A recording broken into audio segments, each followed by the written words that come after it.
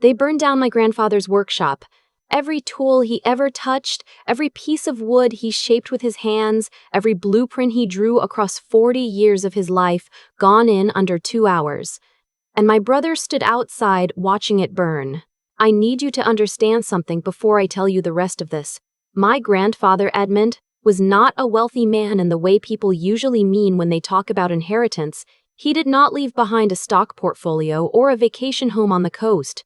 What he left was a craftsman workshop on 2 acres of land outside Tulsa, Oklahoma, a place he had built board by board starting in 1981, a place that had become, under my hands for the last 6 years, a genuine small business. Custom furniture, restoration work, contract pieces for interior designers across 3 states. I had taken something my grandfather loved and turned it into something that supported me. 2 full-time employees and a small community of people who cared about handmade things. My grandfather left it to me, specifically, deliberately, in a will he updated 8 months before he died. And that decision, that one legal document, is what broke my family apart. My name is Leigh. I am 31 years old, and I am going to tell you exactly what happened. My grandfather and I were close in a way that is hard to explain to people who did not experience it. My parents divorced when I was 9. My mother moved us, me and my brother, Tyler, into my grandparents' house for 2 years while she got back on her feet. Those 2 years were the foundation of everything. While my mother worked doubles at a diner and Tyler played video games in the basement, I followed my grandfather into that workshop every single afternoon. He taught me to read grain in wood the way other grandfathers teach kids to read weather. He told me the name of every tool before he let me touch it. He said a craftsman who does not respect her tools has already failed at the job. I never forgot that. Tyler, 4 years older than me, thought the whole thing was boring. He wanted to be in the city, wanted fast money, wanted the things that looked impressive to other people. That was fine. We were different people. We got along okay growing up, in that distant sibling way where you exist in the same family but do not really know each other. I moved back to Tulsa after college specifically to be near my grandfather. He was slowing down by then, mid-70s, arthritis making his hands unreliable. I started running the workshop with his guidance. He would sit in the corner on a stool and direct me, correcting my angle, telling me when I was rushing. For 6 years we worked like that, side by side. I built the client list. I updated the equipment. I got us our first big contract, a boutique hotel in downtown Tulsa that needed 40 custom headboards. My grandfather sat in that workshop and watched me negotiate that deal on the phone, and when I hung up he said quietly that I was the best decision he had ever made. He passed away in March. Congestive heart failure. He had been managing it for 2 years and then one morning, he just did not wake up. My grandmother had died a decade earlier. It was just him, and then it was not. I was with him the night before. I held his hand. He told me to take care of the wood, which was his way of saying take care of the work, which was his way of saying take care of yourself, which was his way of saying I love you. He was not a man who said those words easily, but I knew. The will was read 3 weeks later. The workshop, the land, the equipment, all business assets to me. His personal savings, about $40,000, split equally between me, Tyler, and my mother. It was clear. It was documented. He had used an estate attorney, not some handwritten note. Everything was in order. Tyler did not take it well. I want to be fair here. I understand that losing a parent, even a grandparent who functioned as a father figure, is destabilizing. I understand grief makes people do and say things they would not otherwise. I tried to hold on to that understanding for as long as I could. Tyler called me the night after the reading. He was not crying. He was cold in a way that felt rehearsed. He said that grandfather had been manipulated. He said I had spent 6 years positioning myself to take everything. He said the workshop should be sold and the proceeds split between us because that was the fair thing to do. I told him I understood he was upset. I told him I was grieving too. I told him that grandfather had made his wishes very clear and that I intended to honor them by continuing the work he had built. Tyler said, "You're going to regret this." I thought that was grief talking. I was wrong. My parents, both of them somehow aligned despite having been divorced for 22 years, started calling me. My mother said I was being selfish. My father, who had never shown much interest in my grandfather's wishes while the man was alive, suddenly had strong opinions about fairness in family. He came to Tulsa twice in 6 weeks. Both times he sat in my kitchen and told me that what I was doing was tearing the family apart. That grandfather would have wanted us to share. That the right thing to do was sell the property and divide it 3 ways. I asked him where he had been for the last 6 years while I was building that business. He did not have an answer for that. What I did not know, what I would not learn until much later, was that Tyler and my father had been meeting together, planning together for weeks before those kitchen conversations. My mother, I believe, was genuinely just following my father's lead the way she always had, even after the divorce. But Tyler and my father were coordinating, and what they were planning was not a negotiation. The night it happened was a Thursday in late October. I was not at the workshop, which is the fact that has stayed with me, the one I keep turning over. I had gone home early that day because I had a migraine. My 2 employees, a guy named Ray and a woman named Patrice, had both already left. The workshop was empty. I got the call at 11:47 p.m. A neighbor half a mile down the road had seen the glow and called 911. By the time the fire department arrived, the main building was gone. The annex, where I kept client pieces waiting for pickup, survived but was damaged by smoke and heat. Everything in the main building was destroyed. The tools my grandfather had collected over 40 years. 3 pieces. I was in the middle of building for a client. My grandfather's original workbench, which I had never been able to bring myself to replace. I drove there in the dark and stood outside the tape and watched smoke come off the wreckage. A fire investigator named Sergeant Dorman came to talk to me. He was not telling me much, but he was asking very specific questions, the kind of questions that told me he already suspected it was not an accident. He asked me if I had any security cameras. I had 2. One mounted above the exterior door, one on a pole at the edge of the parking area. Both had been disabled before the fire. Not destroyed, deliberately disabled. Whoever did this knew they were there. I sat in my car in the dark until 4 in the morning. I was not crying yet. I was thinking about my grandfather's workbench. The investigation moved fast, faster than I expected. The fire department's arson team found accelerant in 2 separate locations inside the building, which ruled out accident immediately. The pole camera, even disabled, had a gap in its footage, and the timestamp on that gap matched a phone call Tyler had made to my father at 10:15 p.m., which investigators eventually obtained from carrier records. There was also a witness. A woman who lived at the end of the road had been letting her dog out late and had seen a truck she recognized as my father's parked on the shoulder about a quarter mile from the property. She had not thought anything of it at the time. She thought of it when she saw the news 2 days later. Sergeant Dorman called me on a Tuesday morning 12 days after the fire. He told me they had enough to make arrests. He told me Tyler and my father were both being taken in. He asked me to come in for a formal statement. I sat on my kitchen floor after that call, not because my legs gave out. I just needed to be lower than everything for a minute. My mother called that same afternoon. She was crying in a way that sounded real, the kind of crying that is not performance.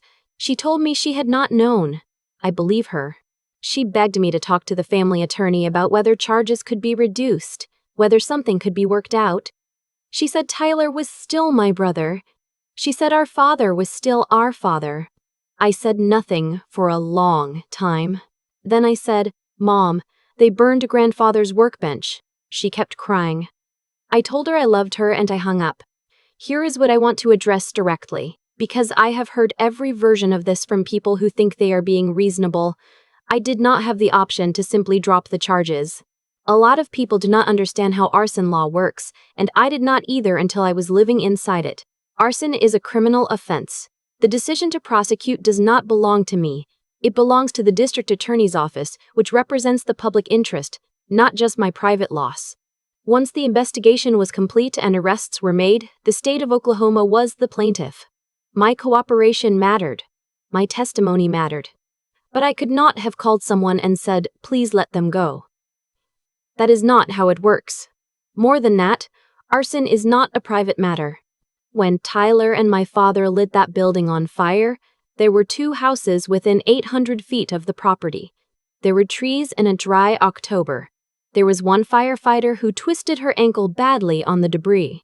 The risk they created was not just to my property, it was to every living thing in the radius of their decision. The DA's office was not going to let that go, and frankly, they should not have. I did have choices. I could have been uncooperative. I could have given vague testimony. I could have made the prosecution's job harder. I did not do any of those things. I told the truth. Everything I knew, everything I remembered, every conversation Tyler had with me in the weeks before it happened. I answered every question Sergeant Dorman and the DA's investigator asked me. I sat in a room and gave a deposition for 3 hours, and I did not flinch once. Not because I hated my brother, not because I wanted to destroy my father, but because my grandfather built that workshop with 40 years of his life. He left it to me in good faith, and 2 men who were angry that I would not hand it over decided to erase it rather than accept that decision. That is not a family disagreement. That is a crime. And the fact that the people who committed it share my blood does not change what they did. The trial lasted 4 days. I sat in that courtroom every day. Tyler's attorney tried to argue that my grandfather had been unduly influenced, that I had manipulated an elderly man into changing his will in my favor. The estate attorney who had drafted the updated will testified. She described my grandfather as sharp, deliberate, and very clear about his intentions.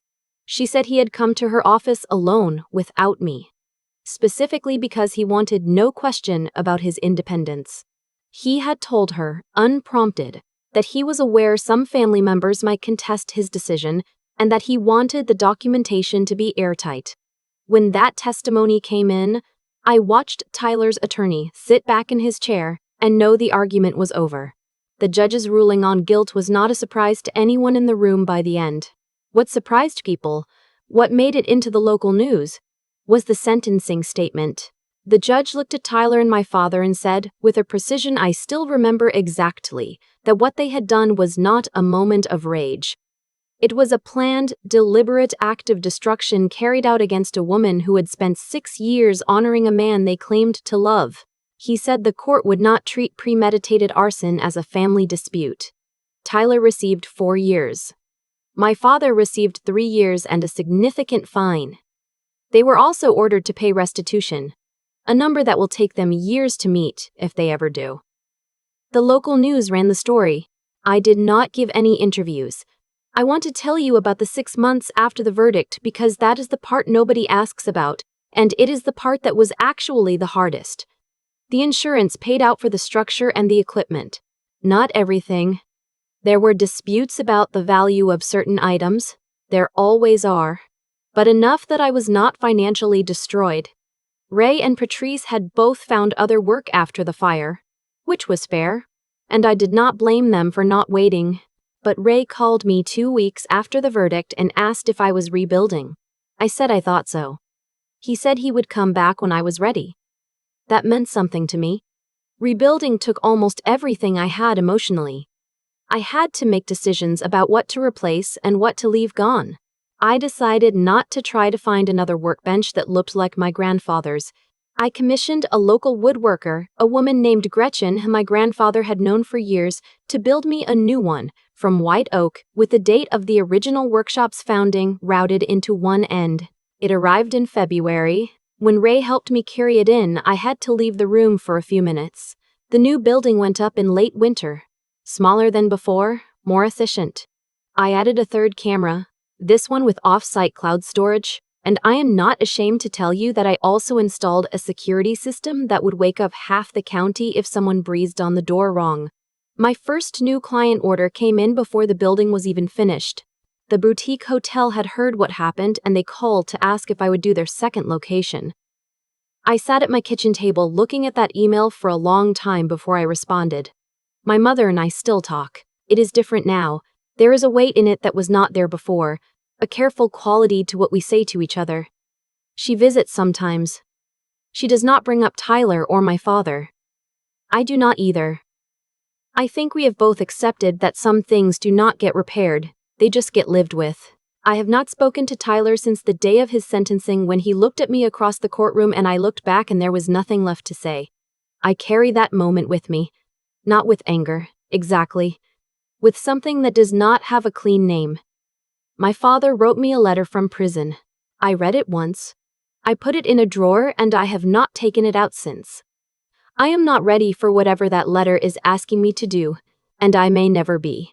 There's a question I get from people who know what happened that I want to answer here because I have thought about it more than almost anything else. They ask if I regret not finding some way to give Tyler something. Some share of the business, some compromise that might have prevented everything. Here is my honest answer. No.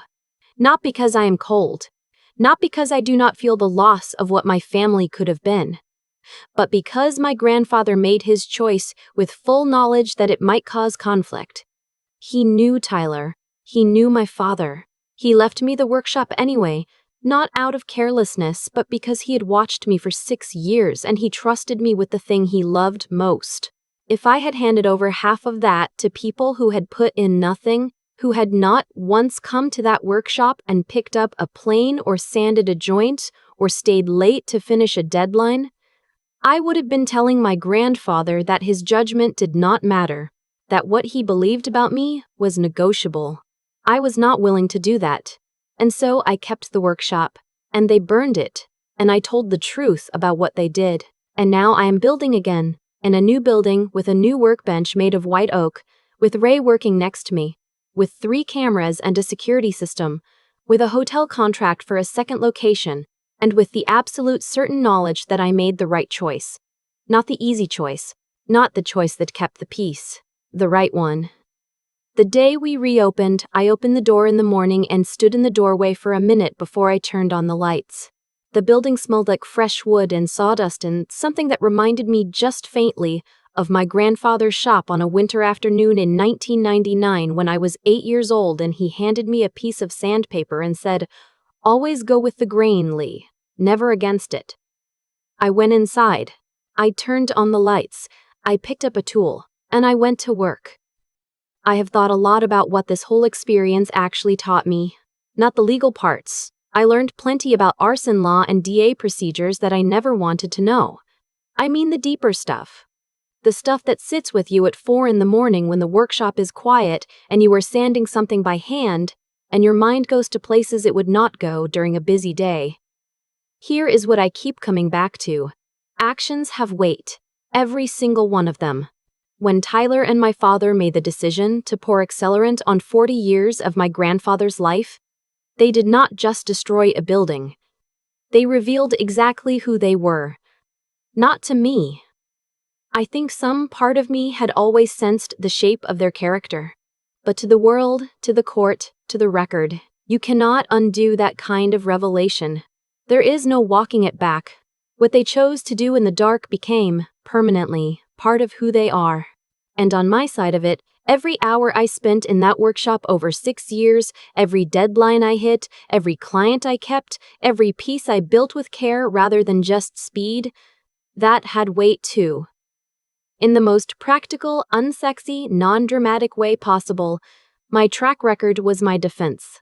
The estate attorney could testify that my grandfather came to her alone because there was a 60-year-old man who had watched me work and trusted what he saw. You cannot manufacture that. You cannot fake it into existence 2 weeks before a will is contested. It either exists or it does not, and it exists only because of consistent choices made across a long stretch of ordinary days. That is the thing about integrity. It does not feel heroic when you are doing it. Showing up to the workshop when you are tired, doing the job right when cutting a corner would save you an hour, treating your employees like people rather than line items. None of that feels like moral courage in the moment. It just feels like Tuesday, but it accumulates. And when something tries to tear you down, you find out whether what you built was real or not. I also think about Ray a lot. He did not have to call me after the verdict. He had found other work. He had every practical reason to stay where he was, but he called and he came back, and on the day we carried that new white oak workbench through the door together, He did not say anything sentimental. He just set his end down, dusted his hands off, looked around the new space, and said, "Okay, what are we building first?" That is what loyalty actually looks like. Not grand gestures, just showing up again. I will not tell you that losing the original workshop did not break something in me, because it did. Some of that loss is permanent. The specific smell of that building, the way afternoon light came through the east window onto my grandfather's old stool, that is gone. Grief is real and it does not resolve cleanly into lesson. But I am still here. The work is still here. And every morning I unlock that door, I am choosing, again, to keep going. That choice is mine. Nobody can burn it down.